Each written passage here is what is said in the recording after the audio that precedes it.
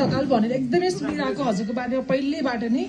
अनि सागर ढकाल चाहिँ अब डडेलधुराबाट नउठ्ने भन्दै गर्दाखेरि चाहिँ अब कहाँबाट उठ्ने सागर ढकाल भन्दै गर्दाखेरि चाहिँ अब त्यो विथड्र गर्यो अरे क्यान्डिडेन्सी भन्दाखेरि चाहिँ म एकदमै एक्साइटेड थिएँ कि कहाँदेखि गर्छ त अब सागर ढकालले एकदमै न्युजहरू एकदमै फलो पनि गरिरहेको थिएँ कि मैले।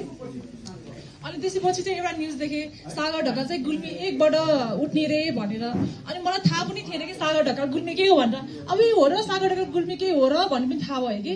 अनि त्यसपछि चाहिँ मैले एउटा जिम्मेवारी पनि आयो ए सागर ढकाल हाम्रो गुल्मीबाट उठ्ने भएपछि त गुल्मीको एउटा जिम्मेदारी बन्यो नि त। हामी एउटा शिक्षित पढे लेखेको मान्छे हो भनेर एउटा प्रुभ गर्ने टाइम चाहिँ यति बेला हो कि। त्यसो अब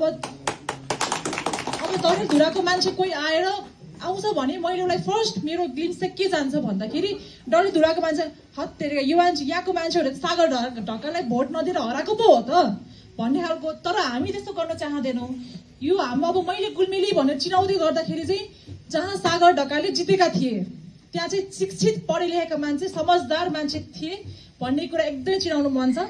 र सागरजीलाई के भन्न चाहन्छु भन्दाखेरि उहाँले एकदमै ठुलो ठुलो सपना देखाउनु भएको छैन। उहाँले एकदमै बेसिक निम्न बेस लेभलमा बसेर सपना देखाउनु भएको सबैजनालाई हामी सबैजनालाई। अनि उहाँले कुरा गर्नुभएको छ बाटोको ठुलो बाटो धेरै बाटो बजेट यो त्यो होइन कि हामीलाई सुरक्षित बाटो चाहिएको हो।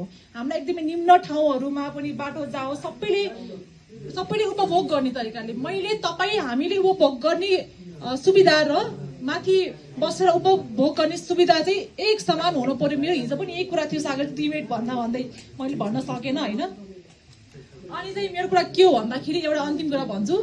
भोलि बिहान चाहिँ हामीले आज भोट काटिने कुरा छ। भोट काटिए पनि साटिए पनि भोट चाहिँ हामीले सागर ढकाललाई नै हाल्नु।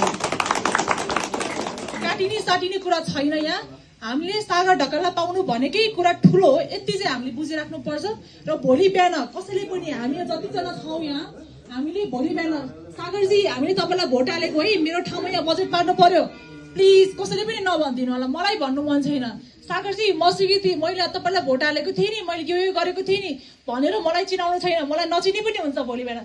तर तपाईँले काम गरेर देखाउनुहोस्।